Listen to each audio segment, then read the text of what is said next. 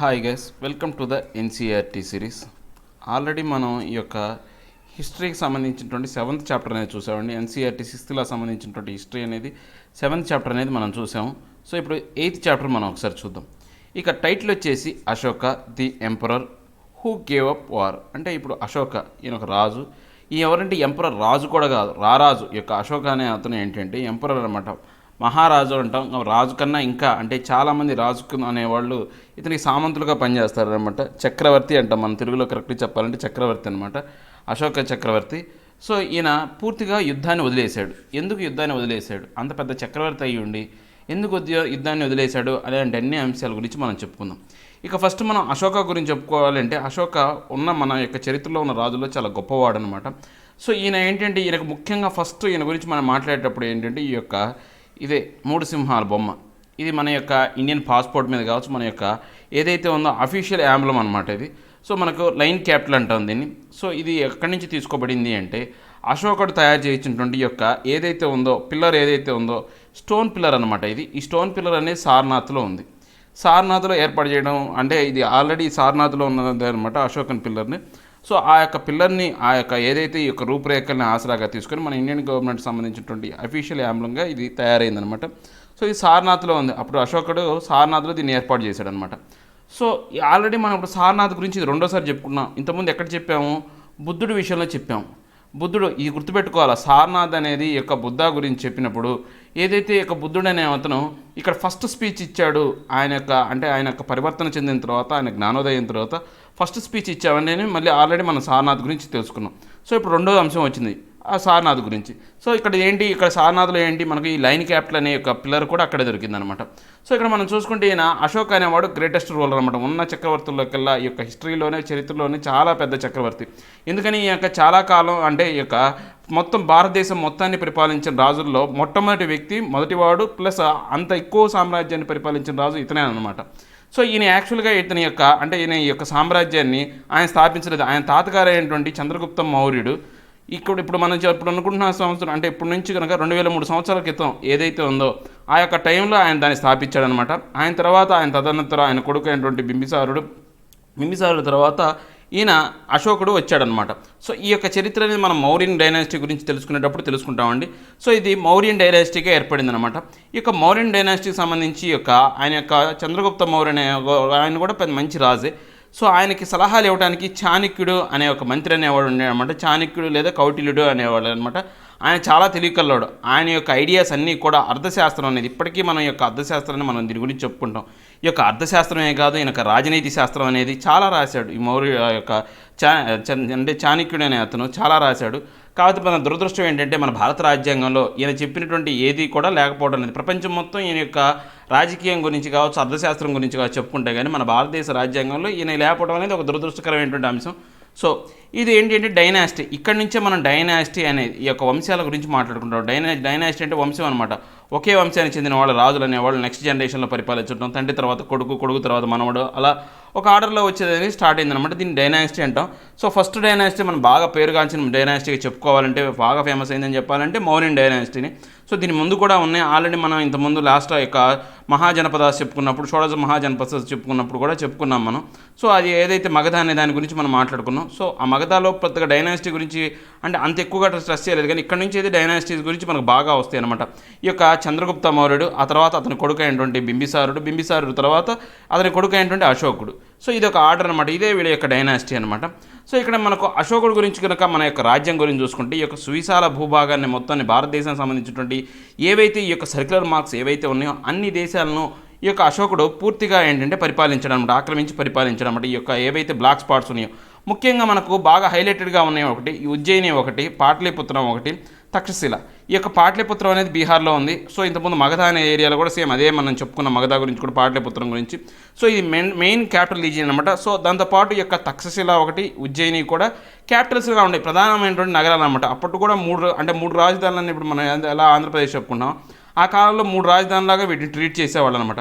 ఈ తక్షశిలను ఏం చేసేవాళ్ళు అంటే ఈ యొక్క వెస్ట్ ఏషియాకి ఈ యొక్క మన భారతదేశానికి మధ్య ఇది ఒక ఎంట్రీ పాయింట్ అనమాట. వర్తకానికి కావచ్చు, వ్యాపారానికి కావచ్చు, ఏదైనా సరే ఇక వెస్ట్ ఏషియా సంబంధించి అంటే ఇరాన్, ఇరాక్, తర్వాత యూరోపియన్ యూనియన్ నుంచి అటు నుంచి మనకు ఇక్కడ ఉజ్జయిని కనుక చూసుకుంటే ఇది యొక్క ఉత్తర భారతదేశానికి, దక్షిణ భారతదేశానికి మధ్య గేట్వే ఇది.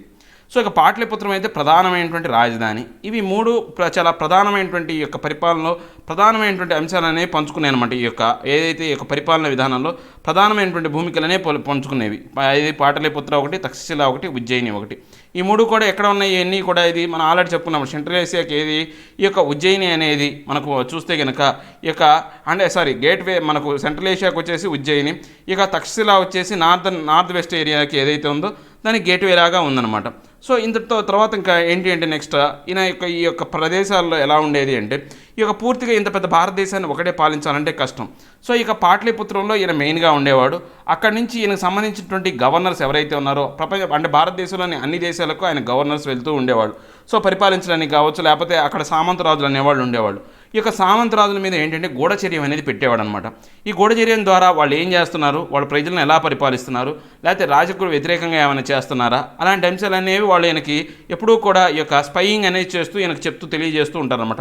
దాంతోపాటు అక్కడున్న ప్రజలను కూడా అక్కడున్న లోకల్ రాజులు ఎవరైతే ఉన్నారో ఆ యొక్క గ్రామాల వారీగా లేకపోతే ఏవైతే వాళ్ళు ఎలా అయితే విడగొట్టారో ఆ విడగొట్టిన ఆధారితంగా ఆ యొక్క ఊరి పెద్దలు కావచ్చు, లేకపోతే రాజ్యం పెద్దలు అనేవాళ్ళు వాళ్ళ యొక్క విధులు నిర్వర్తిస్తారన్నమాట. ఎవరైనా రాజుకు వ్యతిరేకిస్తే వాళ్ళని కఠినంగా శిక్షించేవాళ్ళు ఆ కాలంలో. సో అశోకుడి కాలంలో ఈ యొక్క శిక్షణలు అనేవి చాలా భయంకరంగా ఉండేయండి. అశోకుడి టైంలో అశోకుడి పాటలీపుత్రంలోనే అప్పుడు చెప్పడం ఎట్లా అంటే వాళ్ళ తాతగారు ఏంటంటే చంద్రగుప్త మౌర్యుడు 25 లక్షల మంది సైన్యాన్ని మెయింటైన్ చేస్తే ఈయన ఆ కాలంలోనే 35 లక్షల మంది సైన్యాన్ని మెయింటైన్ చేశాడు. ఆ కాలంలోనే 35 లక్షల మంది సైన్యం అంటే విపరీతమైనటువంటి భయంకరమైనటువంటి క్రూరమైనటువంటి రాజులని చెప్పాలన్నమాట. అప్పుడు ఏదైనా కానీ ఒక చిన్న తప్పు చేసినా కానీ భయంకరమైనటువంటి పెద్ద పెద్ద శిక్షలు అనేవి ఉండేయంట. సో యాక్చువల్గా ఇది ఏంటంటే చరిత్రకారులు ఒక ఉజ్జాయింపుగా చెప్పారు. ఇప్పుడు మన భారతదేశం మన సోల్జర్స్ ఆర్మీతో పోల్చుకుంటే అప్పుడున్న జనాభాకి ఇది చాలా ఎక్కువ. ఇప్పుడున్న జనాభాకి ఉన్న సోల్జర్స్ కన్నా అప్పుడున్న జనాభాకి ఇది చాలా ఎక్కువ అనమాట. అంత ల్యాక్స్లో ఉండేవాడు సైన్యం అనేది. సో అంత పెద్ద రాజ్యం అనమాట. అందుకే అశోకుడు అంత పెద్ద భారతదేశం మొత్తాన్ని కూడా ఆయన పరిపాలించగలిగాడు. సో ఇప్పుడు మనం చెప్పుకున్నాం ఇక కింగ్డమ్కి ఎంపరర్కి డిఫరెన్స్ ఏంది. కింగ్ అంటే ఏమో ఒక రాజ్యమే ఉంటాడు, ఎంపరర్ అంటే కొన్ని రాజ్యాలన్నీ కలిపి ఆయన ఒక నాయతగా ఉంటాడు, చక్రవర్తి అంటారనమాట. సో ఇప్పుడు మనకు రూలింగ్ ఎంపైర్ ప్రకారం మనం చూసుకుంటే ఇక భారతదేశం మొత్తం కూడా డిఫరెంట్ కింగ్స్ అనేవాళ్ళు పరిపాలించాలన్నమాట. దాని ప్రకారం ఇప్పుడే చెప్పాం కదా ఎవరైతే ఉన్నారో రకరకాలుగా పరిపాలించేవాళ్ళు. ఇక మన పన్ను విధానంలోకి వస్తే కనుక ఆల్రెడీ మనం చెప్పాం, ఫార్మర్స్ కావచ్చు, హెడ్డర్స్ కావచ్చు, క్రాఫ్ట్ పర్సన్స్ కావచ్చు, ఈ ట్రేడర్స్ అనేవాళ్ళు విలేజెస్లో ఎలా పన్ను కట్టేవాళ్ళు, ఈ యొక్క టౌన్స్కి పన్ను కట్టేవాళ్ళు. సో దాంతోపాటు ఈ యొక్క అఫీషియల్స్ ఎవరైతే ఉన్నారో వాళ్ళకి శాలరీస్ ఇచ్చేవాళ్ళు. ఎవరైతే ఈ యొక్క ఎంప్లాయీస్ ఎవరైతే ఉన్నారో అంటే ఇప్పుడు మనం గవర్నర్స్ అని చెప్పాం, గవర్నర్స్ కావచ్చు, లేకపోతే యొక్క సోల్జర్స్ కావచ్చు, వాళ్ళందరికీ శాలరీస్ ఇచ్చేవాళ్ళు. దీంతోపాటు ఇక ఆల్రెడీ చెప్పుకున్నాం స్పైస్ వీళ్ళందరూ ఉండేవాళ్ళని. తర్వాత ఇంకా ప్రొవిన్షియల్లో మనం కనుక చూసుకుంటే ఏంటి అంటే ఈ యొక్క క్యాపిటల్కి ఏంటంటే ముఖ్యంగా క్యాపిటల్స్ ఏవే ఉన్నాయి మనం ఆల్రెడీ పాటలీపుత్రం అని చెప్పాం. దాంతోపాటు ఈ యొక్క తక్షశిల, ఉజ్జయిని కూడా ఉన్నాయి అనమాట. ఉజ్జయిని సంబంధించి ఏంటి ఈ యొక్క పాటలీపుత్రం నుంచి ఈ యొక్క రాయల ఆస్థానానికి సంబంధించినటువంటి అశోకుడు చుట్టాలు కావచ్చు, స్నేహితులు కావచ్చు, బంధువులు దగ్గర వాళ్ళు ఎవరైతే ఉన్నారో వాళ్ళు ఎక్కువగా ఈ రాయల్ ప్రిన్సెస్కి వెళ్తూ ఉండేవాళ్ళు అనమాట. కొంతమంది సార్లు గవర్నర్స్ కూడా పంపించేవాడు. ఆల్రెడీ మనం ఇందాక చెప్పుకున్నాం ఇవన్నీ కూడా. సో ఇప్పుడు మనకు ఈ యొక్క మౌరియన్స్ అనేవాళ్ళు ఎక్కువగా ఏంటి అంటే వీళ్ళు రోడ్లను, రివర్స్ను కంట్రోల్ చేసేవాళ్ళు అనమాట. ఎందుకని ఈ యొక్క ట్యాక్స్లు అనేవి వసూలు చేయాలంటే ఈ యొక్క జల రవాణా ఒకటి, రోడ్డు రవాణా ద్వారా వచ్చే వర్తకుల దగ్గర నుంచి ఎక్కువగా ట్యాక్సెస్ అనేవాళ్ళు కలెక్ట్ చేసేవాళ్ళు అనమాట. సో ఇప్పుడు మనకు ఎగ్జాంపుల్గా చెప్పాలంటే ఈ యొక్క అర్థశాస్త్రంలో కూడా ఈ యొక్క అంశాన్ని అనేది ప్రస్తావించారనమాట. కౌటిల్యుడు రాసినటువంటి అర్థశాస్త్రంలో కూడా ఈ యొక్క అంశం ఉంది. ఈ యొక్క నార్త్ వెస్ట్ ఏరియా ఏదైతే ఉందో పూర్తిగా మనం ఇందాక చెప్పాం కదా, ఈ యొక్క ఏదైతే తక్షశిలకు సంబంధించినటువంటి ఏదైతే గేట్వే అని చెప్పామో, సో ఆ నార్త్ వెస్టర్న్ ఏరియా నుంచి బాగా ఏంటంటే ఈ యొక్క బ్లాంకెట్స్ అనేవి బాగా వచ్చాయి అనమాట. అక్కడ చల్లగా ఉంటుంది కాబట్టి అక్కడ నుంచి కంబళ్ళు, దుప్పట్లు అంటాం చూసి అవి ఎక్కువగా వచ్చాయి అనమాట. ఇక సౌత్ ఇండియా నుంచి ఏంటంటే ప్రీషియస్ మెటల్ అయినటువంటి గోల్డ్, తర్వాత జెమ్ స్టోన్స్ అనేవి ఎక్కువగా వచ్చాయన్నమాట. అంటే విలువైనటువంటి వజ్రాలు, వైడూర్యాలు, రాళ్ళు అవన్నీ కూడా ఎక్కువగా వచ్చాయన్నమాట. సో వీటి ద్వారా ఏంటి అంటే వీళ్ళు ఏవైతే ట్యాక్స్ అనేవి కలెక్ట్ చేసేవాళ్ళు, ట్యాక్స్తో పాటు ట్రిబ్యూట్ అనేది, కప్పం అనేది తీసుకునేవాళ్ళు. కప్పం అంటే ఏంటంటే తమ సామంత రాజుల దగ్గర నుంచి ఇంత డబ్బులు కట్టాలని చెప్పేసి తీసుకుంటారన్నమాట. రెగ్యులర్ ట్యాక్సెస్ కాకుండా ఇది సపరేట్గా ఉంటుంది. ఆ ట్యాక్స్లే ఇది మాత్రం సపరేట్గా ఉంటుంది అనమాట. సో ఇక నెక్స్ట్ ఫారెస్టెడ్ రీజియన్ అనేది ఈ యొక్క ఏదైతే మనం ఆల్రెడీ చెప్పుకునే ఈ బీహార్ చుట్టూ ఏదైతే ఈ పాటలీపుత్రం చుట్టూ ఫారెస్ట్ ఏరియా అనేది బాగా ఉంటుంది. సో ఆ యొక్క ఫారెస్ట్ పీపుల్ ఎవరైతే ఉన్నారో వీళ్ళకి ట్యాక్సుల రూపంలో ఏంటి అంటే వాళ్ళకు ఎక్కువ శాతం ఏంటంటే ఈ యొక్క ఎలిఫెంట్స్ కావచ్చు, మనం ఆల్రెడీ చెప్పుకునే ఎంతమంది ఎలిఫెంట్స్ ఇచ్చేవాళ్ళని, తర్వాత టింబర్ ఇచ్చేవాళ్ళు, హనీ, తర్వాత వ్యాక్స్ అనేది ఈ యొక్క అంటే గమ్ ఏదైతే ఉందో ఆ వ్యాక్స్ సంబంధించి, తర్వాత ఇవన్నీ కూడా మౌరియన్ అఫీషియల్స్కి వాళ్ళు ఇస్తూ ఉండేవాళ్ళు అనమాట.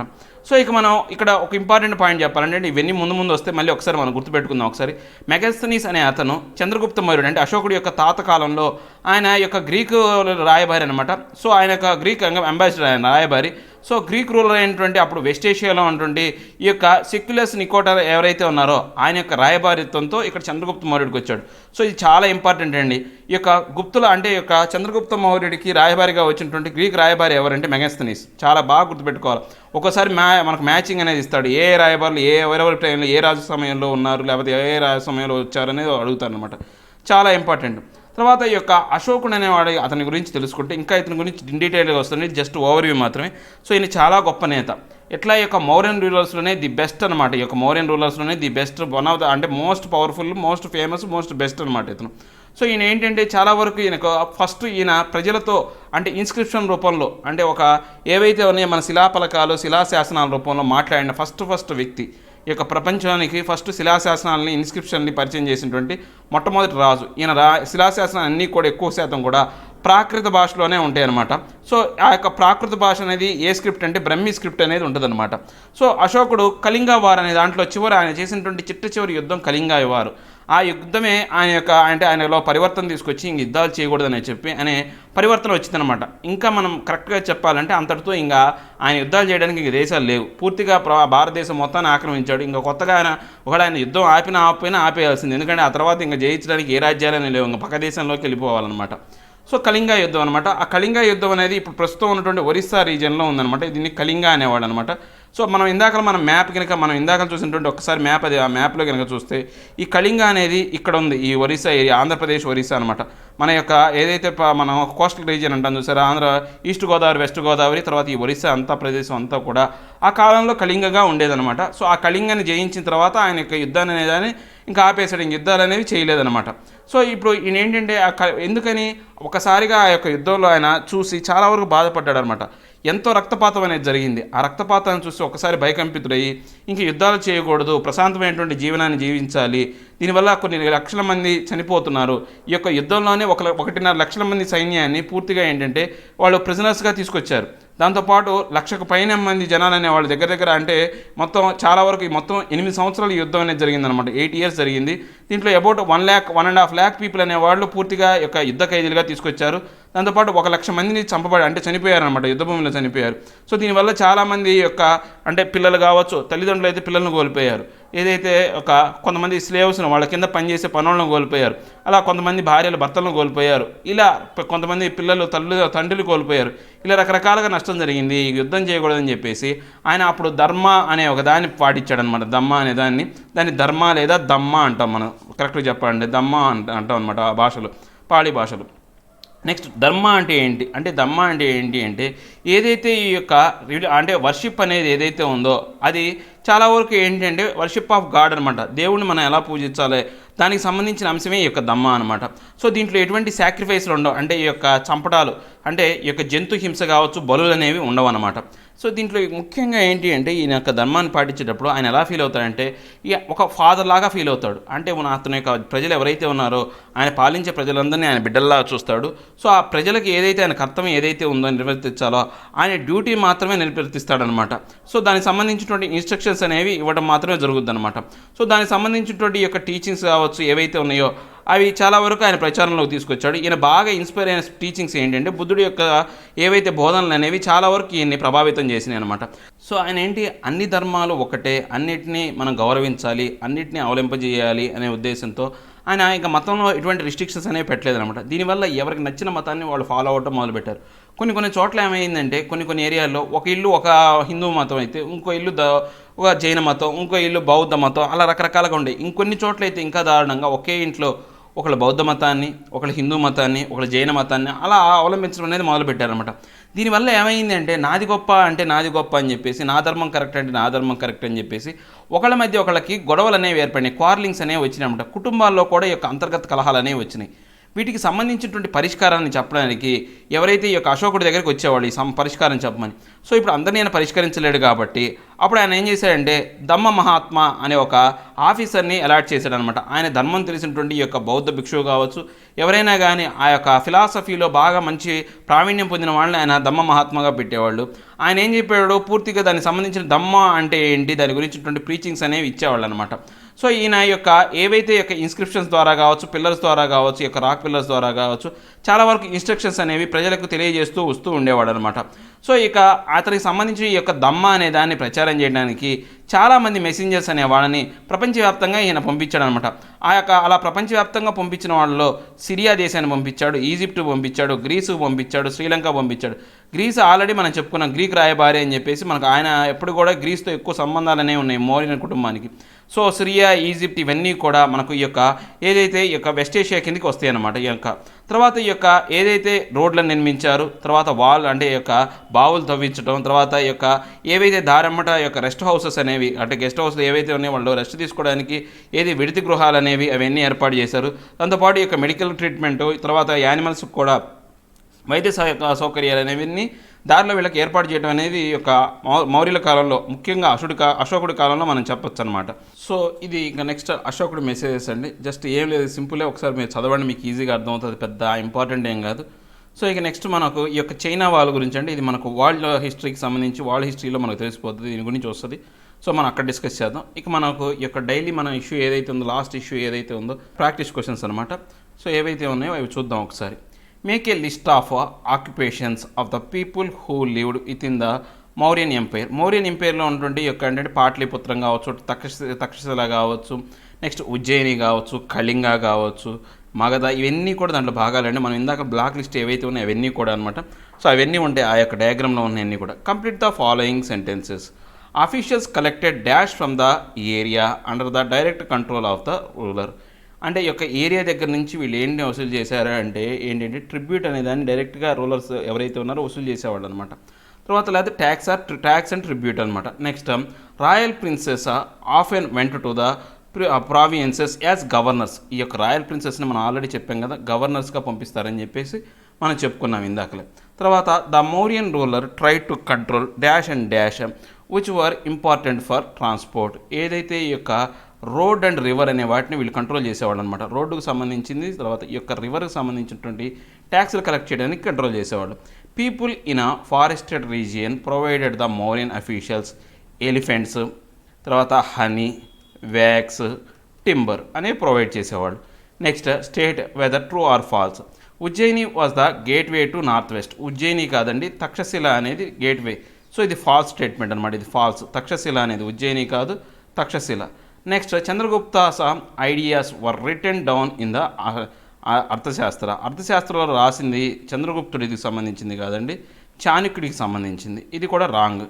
So next Kalinga was the Asian time of Bengal. బెంగాల్లో ఉన్నది కాదండి, మన ఆంధ్ర, ఒరిస్సా, ముఖ్యంగా ఒరిస్సా అని చెప్పుకున్నాం, ఒరిస్సాకు సంబంధించిందని చెప్పుకున్నాం.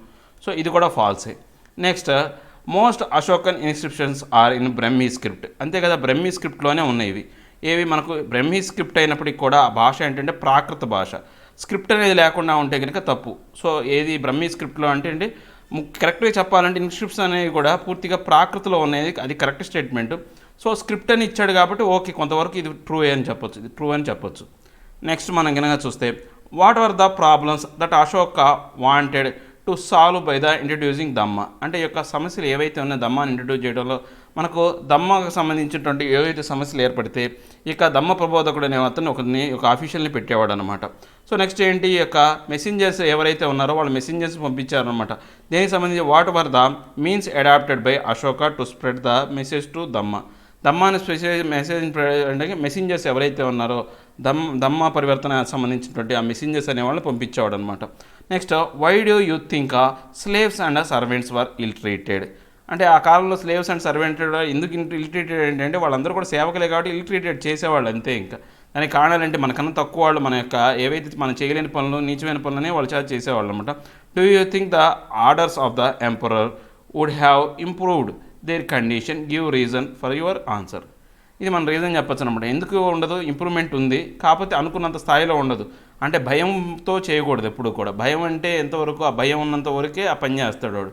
ఆ భయం పోయిందనుకోండి వాడు ఆ పని చేయడు. సో ఎప్పుడైతే వాడికి ఇంటర్నల్ మార్పు అనేది రావాలో, అంతర్గత పరివర్తన అనేది రావాలి, అప్పుడు వచ్చినప్పుడు మాత్రం ఇలాంటి ఏదైతే సామాజిక పరమైనటువంటి ఈ యొక్క దురాచారాలు ఏవైతే ఉన్నాయో అవి ఎలిమినేట్ అవుతాయి అనమాట. ఇంతటితో 8th చాప్టర్ అనేది కంప్లీట్ అయిపోయిందండి. ఇక నెక్స్ట్ క్లాస్లో మనం 9th చాప్టర్ అనేది చూద్దాం. నా ఎక్స్ప్లెనేషన్ మీకు నచ్చింది అనుకుంటున్నాను. నచ్చితే లైక్ చేయండి, షేర్ చేయండి. మీరు ఏదైనా చెప్పాలనుకుంటే కింద కామెంట్ రూపంలో తెలియజేయండి. ఇంకా సబ్స్క్రైబ్ అవ్వని వాళ్ళు ఎవరైనా ఉంటే సబ్స్క్రైబ్ అవ్వండి. Thank you very much.